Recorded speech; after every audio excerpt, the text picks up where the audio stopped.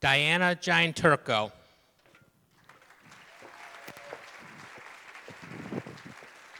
Thank you. A sunny day in Brooklyn. A sunny day in Brooklyn, Diana Gianturco.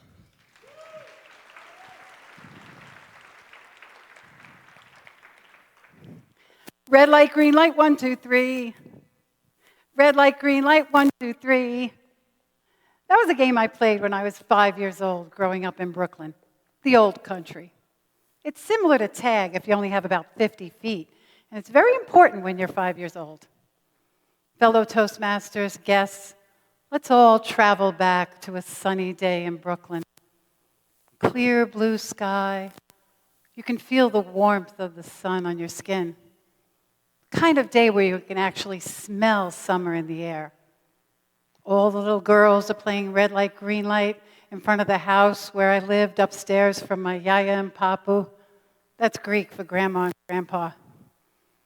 My mom and my Aunt Helen just got back from grocery shopping, and my Aunt Helen parked her green Plymouth Duster, and the boys lined up by the trunk to take the packages into the house.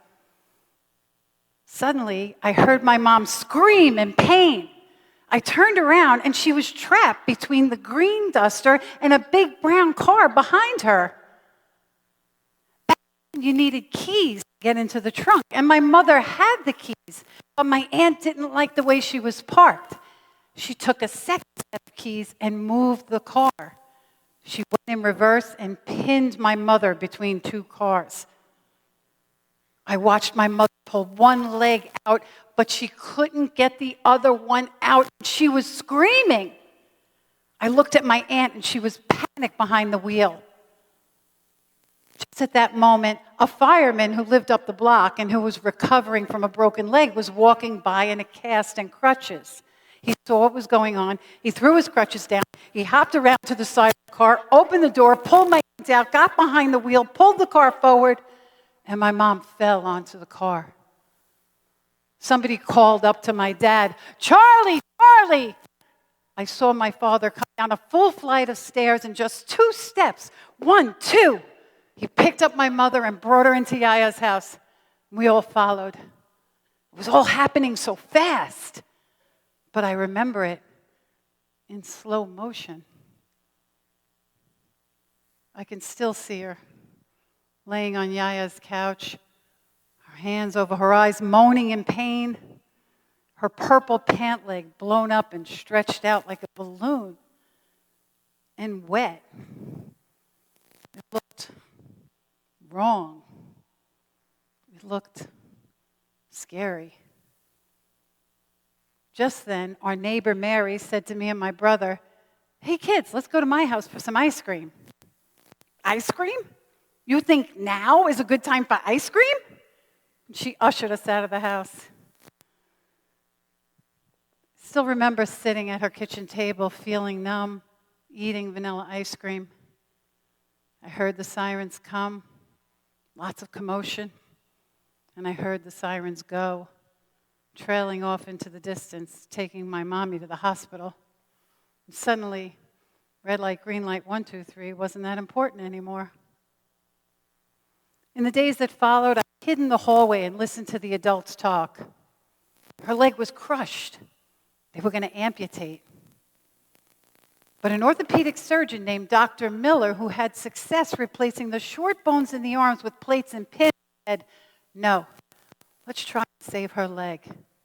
And Irene Gianturco went down in the medical book as the first person to have the femur, the largest bone in the body, replaced by plates and pins. After a long time, she came home in a full body cast, bedridden. And I thought to myself, if I take care of her, everything will be okay.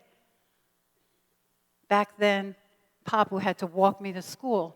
But before we left every morning, I would make sure that my mom had phone, water, and a bedpan within reach. We used to come home for lunch then, and there I was, little Diana racing home, check on Mommy, make sure she had the phone, water, and a clean bedpan before Yaya gave me my peanut butter and jelly sandwich. After school, race home, check on Mommy, phone, water, bedpan. And she was always so grateful. We spent hours just talking. We talked till we fell asleep. As hard as it was, there was something special about it. I was helping her heal. After a long time and a lot of hard work, my mom made a full recovery. She didn't walk with a limp. Some people said it was miraculous, but I was taking care of her, so everything was okay. As I grew up, I was a natural caretaker for friends, family. Even if I met someone who was struggling, I'd say, "What happened when you were 5?" And it was usually something significant. I told them, when I was 5, I saw my mother in a car accident, and I was her caretaker.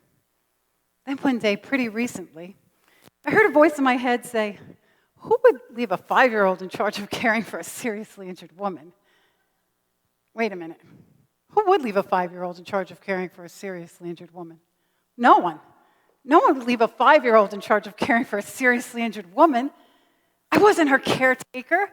There were adults in the room, her mother, her father, her sisters, her husband. But I wrote on the wall in my mind, if I take care of her, everything will be okay. And it was. I based my identity as a caretaker on the thoughts, reasonings, and beliefs of a 5-year-old trying to make the best out of a bad situation. Is anybody in here like me? Is there something on the wall of your mind in a child's handwriting? Something you need to reflect on, re-examine, maybe release? Now, don't get me wrong, I love being a caretaker. By sharing this story, I feel like I'm caring for all of you right now, and it feels good. But now I'm the adult in the room, this room, the room in my mind. And it's possible that one person may leave here feeling different, and that would warm my heart. And as for little Diana, she's my hero. She was so brave. She put her head down and got the job done. I know she helped. She had more love, courage, and faith than most adults.